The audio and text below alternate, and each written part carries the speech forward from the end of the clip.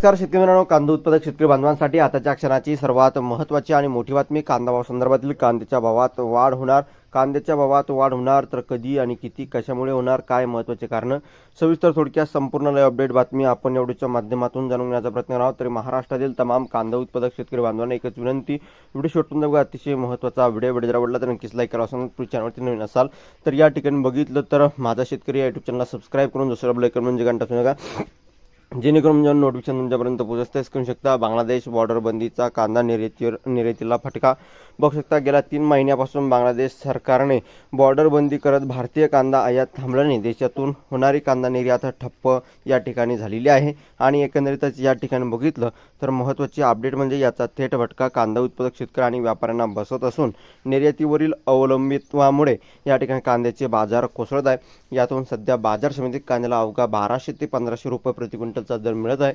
भारतातून होणाऱ्या एकूण कांदा निर्यातीपैकी जवळपास 40% अधिक हिस्सा एकट्या बांगलादेशात निर्यात होतो.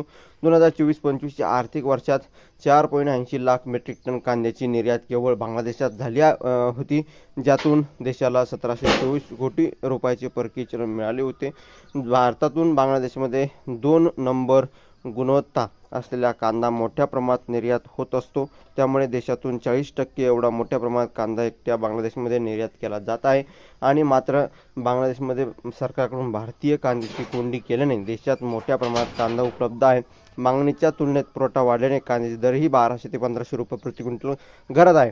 आणि एकंदरीतच बांगलादेशाकडून अघोषित आयात थांबण्यात आल्याने महाराष्ट्रातील विशेष लासलगाव, नाशिक, पुणे, सोलापूर आणि अहिल्यानगर भागातील कांदा उत्पादकांना मोठा आर्थिक फटका बसत आहे.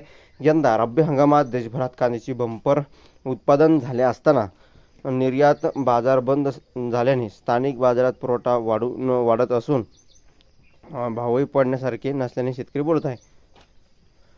ही होती महत्त्वाची अपडेट तुमच्यापर्यंत पोहोचली. व्हिडिओ जर आवडला असेल लाईक करा, शेअर आणि सबस्क्राईब कमेंट करा. तर भेटूया आपण महाराष्ट्र. जय श्री राम. धन्यवाद.